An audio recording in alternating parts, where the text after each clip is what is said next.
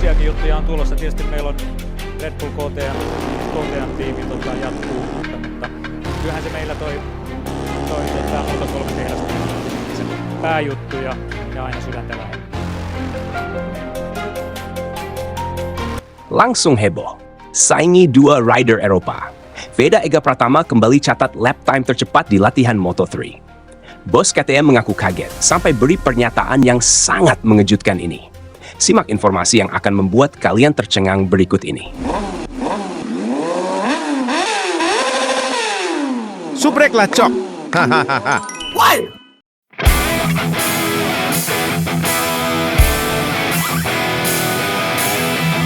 Performa Veda Ega Pratama kembali mencuri perhatian paddock dunia balap.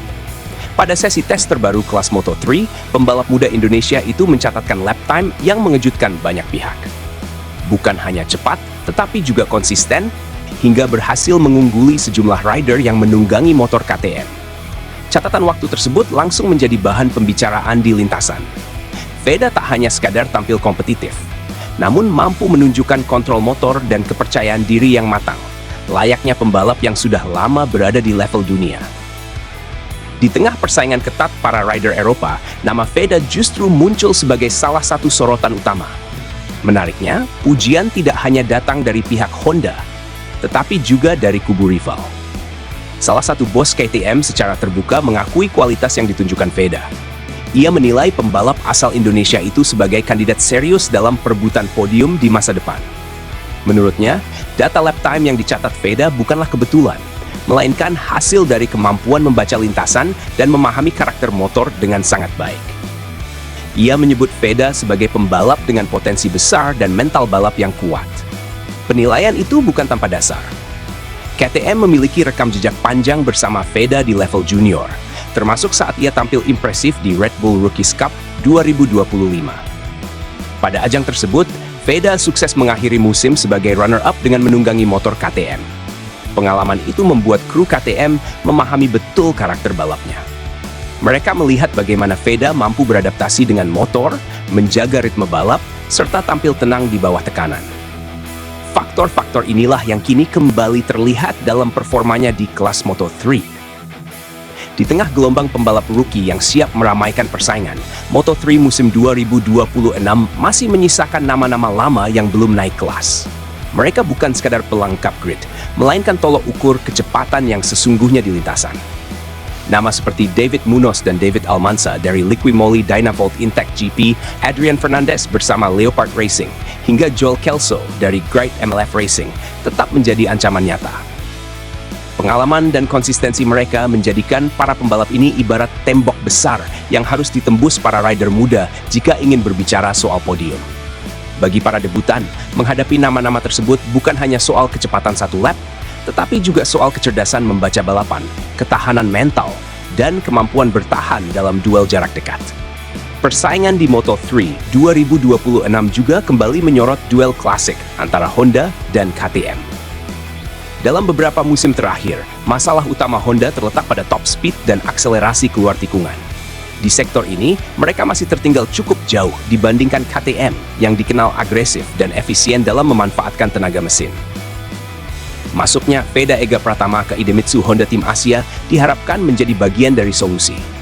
Insinyur Honda RC diyakini akan mencoba memaksimalkan gaya balap late brake milik Veda, sebuah karakter yang memungkinkan motor menjaga momentum lebih lama saat masuk tikungan, lalu menciptakan akselerasi yang lebih agresif saat keluar. Pendekatan ini diharapkan mampu mengoptimalkan performa NSF 250 RB versi 2026, terutama untuk menutup celah dengan KTM RC 250 GP yang selama ini mendominasi grid. Mengalahkan dominasi KTM tentu bukan perkara mudah.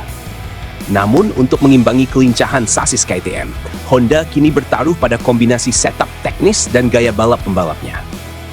Dalam konteks ini, karakter agresif namun terkontrol milik Veda Ega Pratama menjadi salah satu senjata utama Honda untuk tetap bersaing di papan atas Moto3 musim depan.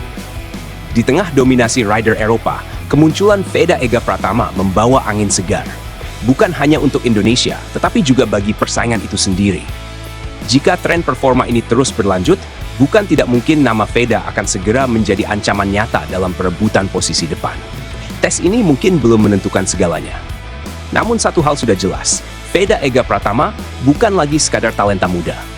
Ia kini mulai dipandang sebagai penantang serius di panggung Moto3 dunia. Kalau lihat daftar rider senior yang masih bertahan di Moto3, jujur ini bukan tantangan kecil buat Veda. Munoz dan Kelso itu bukan pembalap yang gampang dilewati. Tapi justru di situ nilai ujinya. Kalau Veda bisa konsisten bersaing dengan mereka, itu sinyal kuat dia memang pantas di level dunia. Honda memang kelihatan tertinggal dari KTM beberapa musim terakhir, tapi gaya late break Veda bisa jadi pembeda. Tidak semua pembalap berani main di area itu. Kalau Honda benar-benar mau mendengar feedback pembalap, proyek ini bisa menarik. Yang sering dilupakan orang, di Moto3 bukan cuma soal kecepatan satu lap. Mental balapan dan konsistensi itu segalanya. Rider senior jadi tembok karena mereka jarang bikin kesalahan. Kalau Veda bisa belajar cepat, hasilnya bisa kejutan. Menurut saya masuknya Veda ke Honda Team Asia timingnya pas. Honda lagi butuh karakter pembalap yang beda, bukan sekadar halus tapi berani. Late break itu risiko tinggi, tapi bisa nutup kekurangan top speed. KTM memang masih kelihatan superior, tapi sejarah Moto3 juga penuh kejutan. Kalau Honda bisa dapat setup yang pas dan Veda nyaman, bukan tidak mungkin podium itu datang lebih cepat dari perkiraan. Video ini ngasih gambaran realistis. Jangan terlalu euforia, tapi juga jangan meremehkan potensi. Rider senior itu benchmark yang bagus. Kalau Veda bisa konsisten di sekitar mereka, artinya progresnya nyata. Saya suka pendekatan Honda yang sekarang kelihatan lebih sabar. Tidak langsung target juara, tapi membangun dari karakter pembalap. Moto3 itu kelas yang kejam. Satu kesalahan kecil bisa habis.